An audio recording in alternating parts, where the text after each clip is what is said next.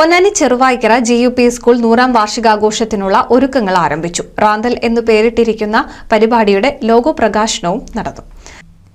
ഫെബ്രുവരി 6 രാവിലെ 10 മുതൽ രാത്രി 10 വരെ വിദ്യാർത്ഥികൾ, പൂർവ്വ വിദ്യാർത്ഥികൾ, രക്ഷിതാക്കൾ, അധ്യാപകർ എന്നിവർ പങ്കെടുത്തുള്ള കലാപരിപാടികളും പ്രശസ്ത കലാകാരന്മാർ നയിക്കുന്ന കലാസന്ധ്യയും നടക്കും.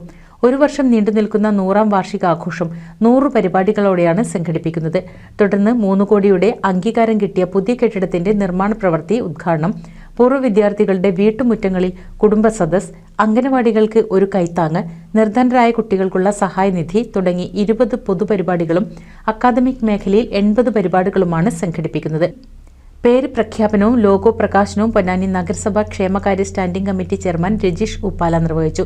നമ്മുടെ വിദ്യാലയത്തിന്റെ 100ാം വർഷം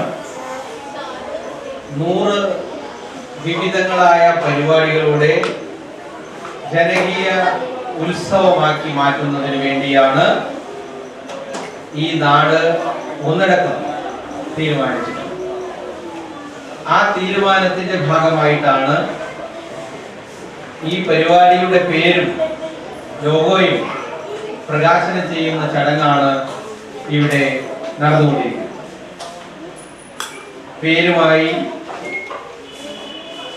പേര് തന്നെ വളരെ അർത്ഥവത്തമായ ഒരു പേരാണ്.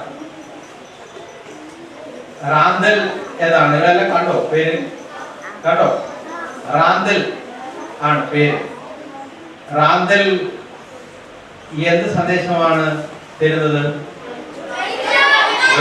Very good, very good. വെളിച്ചം. ആ വെളിച്ചം വിദ്യാഭ്യാസ